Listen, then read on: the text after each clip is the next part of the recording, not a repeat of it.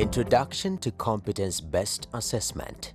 For you to understand what competency-based assessment is, it is important for us to begin with an overview of competency-based education and training. Competency-based education and training (Cbet) is an approach that focuses on acquisition of competence, that is knowledge, skills, and worker behaviors and attitudes. Competence is the ability to perform tasks or work according to set standards designed to meet the demand of industry and business. Cbet is also known as outcome-based training, where trainees are expected to do rather than just know concepts. Cbet approach and rationale.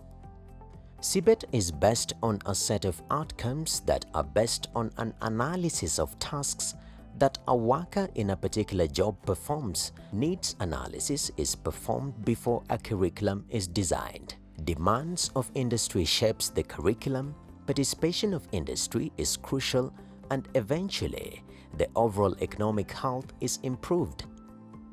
Cbet mode of training is outcome-based, demand-driven, industry-centered, and flexible. Target groups of Cbet include those currently educated and trained who need to update their competences, individuals from the informal sector, the unemployed population, out-of-school youth, those with little or no education, those individuals who are made redundant so that they can learn new competences, and those who have retired but who like to develop new competences.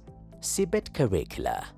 Implementation of competency-based curriculum guarantees improved employability of Tvet graduates, increased self-employment of Tvet graduates, provision of competent Tvet graduates for socio-economic development, and contribution towards attainment of Big Four Agenda and Vision 2030.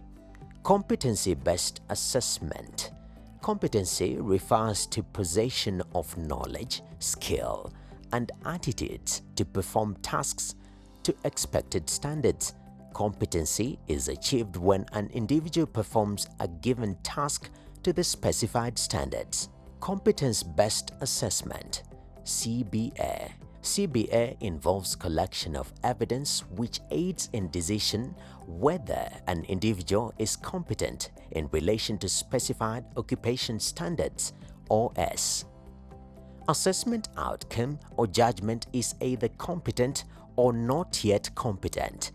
The outcome competent means the person has achieved a certain predetermined level of total points in written and practical assessment. Philosophy of competency-based assessment include criterion referenced, that is against OS, evidence-based, that is proof of performance, and participatory, that is involves candidate in assessment, for example timing. Components of CBA are standards. These are performance benchmarks, evidence collection. There should be established methods of collecting evidence, quality assurance, where assurance of quality of process is done through internal and external verification, and outcome, which is either competent or not yet competent. Why competency-based assessment? It is conducted in order to prove that a candidate can do a job, can do it the right way, has skills needed and can apply them, and knows what is needed to do the job and can handle the problems.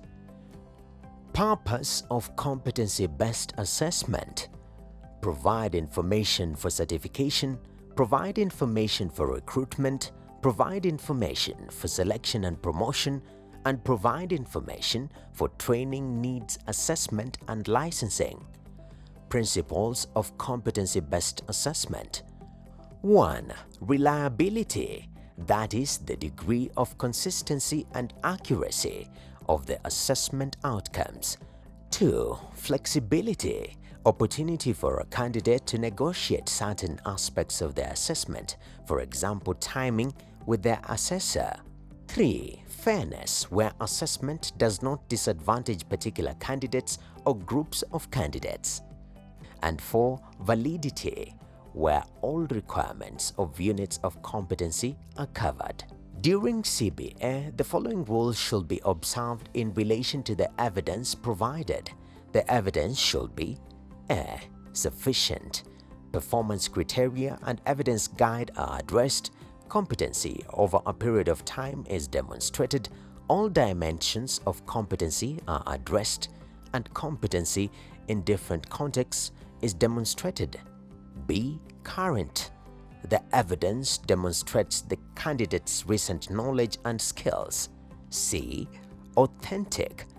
It can be verified that the evidence is the candidate's own work. And D. Valid. Relationship between the evidence requirements of the unit of competency and the evidence on which the assessment judgment is made. The following are the types and methods of competence-based assessment: formative, external assessment, diagnostic, and recognition for prior learning. Formative assessment process obtains assessment tools for assessment officer, makes requisition of resources for assessment, collects evidence and makes judgment based on evidence, and gives feedback to the trainee. The external assessment process consists of 4 major stages. Stage 1. Planning. An assessment center requests for an assessor for a given unit of competency or a qualification. The council allocates an assessor or assessors and provides assessment tools. Stage 2. Pre-assessment. Assessor establishes the assessment context, identifies relevant occupational standards, evidence required, and identifies any support material needed to facilitate the assessment process. Assessor develops an assessment plan in conjunction with the candidate. Assessor carries out reasonable adjustment on the assessment tools where applicable. Assessor prepares the candidate by explaining the context and purpose of the assessment and the assessment process, outlining the assessment procedure, determining the candidate's readiness for the assessment, and discussing the appeal system and reassessment. Stage 3. Assessment. The candidate performs the assessment task as the assessor collects the evidence, makes judgment, and record results. Stage 4. Post-assessment. Assessor gives assessment feedback to the candidate and discusses the way forward. Assessor completes assessment documents and submits to the center for an onward transmission to the council. A candidate not satisfied with the assessment outcome appeals through the laid-down appeals procedure. Diagnostic assessment. This is used to discover a trainee's strengths and weaknesses, to identify a training program for him or her, or to assign him or her to a specific group. Recognition of prior learning.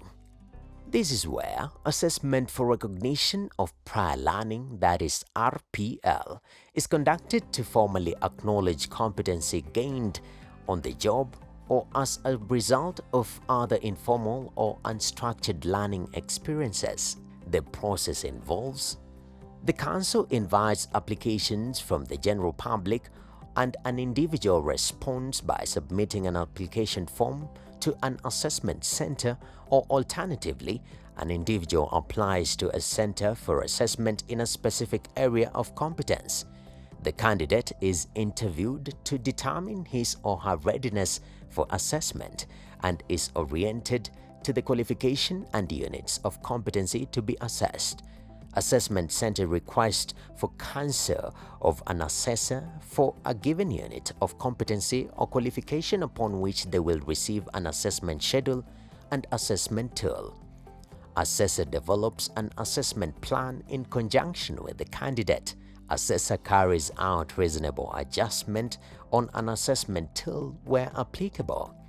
The candidate performs the assessment task as the assessor collects the evidence, makes judgment, and record results. Assessor gives assessment feedback to the candidate and discusses the way forward.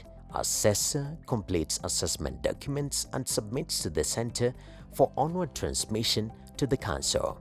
Methods of assessment. These are ways of collecting evidence during the assessment methods, which include oral assessment, observation, written, role play, and portfolio of evidence. Portfolio of evidence is information provided by the candidate that supports their training and that they have gained competence. Authenticity of the portfolio of evidence can be confirmed through signature and dates, plagiarism software for report, business plan, etc., video during practical, video or audio clips during presentation or oral questioning. This assessment is conducted by monitoring officers from Tvet Cdacc. Content of portfolio evidence include assessment plans, observation records, evidence of questioning, that is assessment of knowledge, video or audio clips supporting written evidence, feedback from an assessor, internal verifier statements, that is work appraisals, and mentoring tools. Assessment context. This is the venue where assessment is conducted. It includes institutional, that is training institution, on the job, that is the workplace, and work placement, where training is occurring or trainees are attached.